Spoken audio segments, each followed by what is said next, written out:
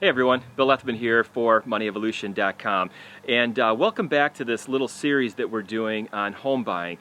So we're here in Michigan. We have a beautiful spring Saturday, which is, again, it's one of the times where people like to get out, maybe start looking for houses. So in this video today, I'm going to talk about how to do home buying research like the pros. And again, if you haven't already, download our free guide, the Money Evolution Guide to Buying and Financing Your Home. You can find that on our website at moneyevolution.com in the free resources section. And all of those tips and strategies that we're going to talk about here today are going to be in this book here. But a couple of things that you should look at when buying a house. First of all, I think it's important to know what kind of market you're in, and I think that just kind of sets the stage. And there's what are referred to as buyer's markets and seller's markets. So if you're in a buyer's market, that generally means that home sales are a little bit slower, and it's typically a situation where you might be able to find a little bit better deal on a house. If it's a seller's market, that means there's not as much home inventory, and that sellers kind of have the advantage, and there's maybe more buyers competing for a limited inventory of houses and everything, and it can be somewhat harder to get a good deal in those situations. Keep in mind with buying a house, it is not an always efficient market. You can always find things that may be below where the market should be in certain cases, so there's almost always deals out there no matter what kind of market you're in, but that just kind of sets the stage to let you know a little bit about what your competition might be. And I know in a lot of areas, I think here in Michigan, I think it's a little bit more of a seller's market.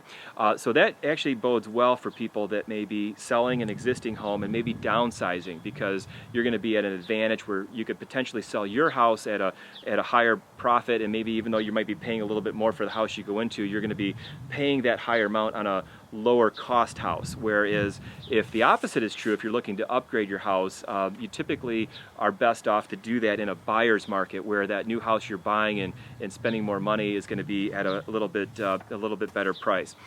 So one of the most important things I think when buying a house is to really do your research. This is something that it may be probably one of your biggest purchases that you're ever going to make during your lifetime. And making a bad housing purchase can really stick with you for a long time. It can destroy your budget. It can be very hard to recover from, and you could end up in a situation where you're actually upside down on your house, meaning that you're maybe owe more than what your house is worth, or it's hard to get what you paid for the house back out. So where I like to start off is obviously location is everything. So choosing the neighborhood that you want to live in is probably one of the key areas. And you might start off with a broad area, maybe a couple cities that you like, and then as you get closer, you start finding the houses that are going to fit within your price range and that you think have some good value. Then you can narrow that range down there. But you want to look at a few things here. Obviously, the location is everything. Is it a good neighborhood? Is it a safe neighborhood? Is it an up-and-coming neighborhood? Are the house prices in that neighborhood accelerating at a pretty good rate? That could do well for you for your long-term appreciation. How good are the schools? You also want to look at what the property taxes are too, and see, you know, are the property taxes, are they going to fit in with your budget as well? And those are a couple things that you generally want to look at here. So once you've narrowed it down to a couple of neighborhoods, you want to find a good realtor, and you want to find a realtor that's going to really work with you.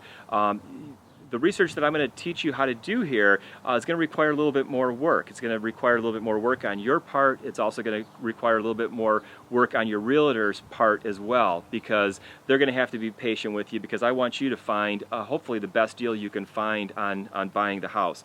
So find somebody that's going to be patient with you, that's going to pull the research. So begin with a neighborhood and have them pull all of the current active listings of homes that are for sale in the neighborhood. And also too, go back and look at all of the houses that have sold over the last 6 months. And you want to generally look at a couple of different things here, but you want to look at what is the average price per square foot and kind of get an idea of the high and the low range of what houses have been selling for in terms of their price per square foot, and then schedule showings for all the houses that are currently on the market. And as you start to go through these houses, take note and see what has been done, maybe upgraded in the houses, and maybe what needs to be done, and then even drive by some of the houses that were from that sold list and look at, you can't go in those houses obviously, but go by the outside and look at, try to make a judgment as to what the overall quality is of that house. And then as you start to find houses, you'll start to hopefully get a pretty good idea of what may be a good deal or not a good deal, where things are overpriced. And then a few things that that I want to point out here. Two areas where I think you can potentially find some value. One is kind of the fixer-upper house, and you can do that by finding a house that maybe needs some work, and maybe because a lot of people lack vision when they're buying a house, they can't really see necessarily how the house is going to come together once the walls have been painted and that old wallpaper's been taken down and the carpet's been removed, or whatever it is that you think needs to be done to that.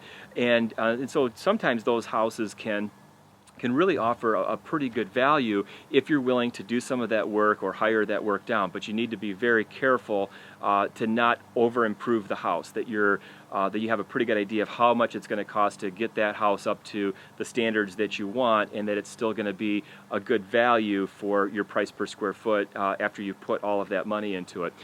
The other type of house that I think you can find a good deal on sometimes is the over improved house. And I see this all the time, where somebody has over improved something. Maybe they've put a kitchen in that has fixtures and appliances and furnishings that are way above what that neighborhood would generate, and those people that put all that money into that are probably never going to get that money out. So you can find something that's already been done that maybe has everything. If you like generally what they've done, you could find a pretty good deal there, because you're getting a better quality of upgrade and fixture versus what you'd probably put into it if you were paying attention to the price per square foot and what the neighborhood would allow there.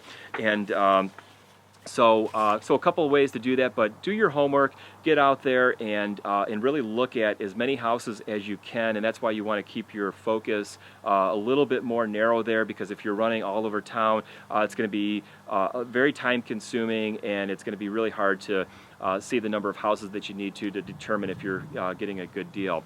And one last thing I'll wrap things up on. I mean, you could walk into the first house on your journey to find your new home. It could be the best deal, it could be everything, but oftentimes you're not going to really know that because you haven't done all of that research and homework first, so that's why you need to, and you might miss that at some points. You might go back and say, gosh, that house we looked at as our first house was really a great deal. But be patient, you will find something that'll fit your criteria, and it'll also be a good value. And again, I think that's very, very important when buying a house, because it's going to be probably one of the biggest components of your overall budget. So anyway, I hope this video has been helpful. Again, we'll probably make one more video in this series. Check them out on our YouTube channel. It's going to be part of a series here. And again, if you haven't already, head over to moneyevolution.com. Check that out. Download our free guide on home buying, and I'll see everyone back here in our next video. Thanks.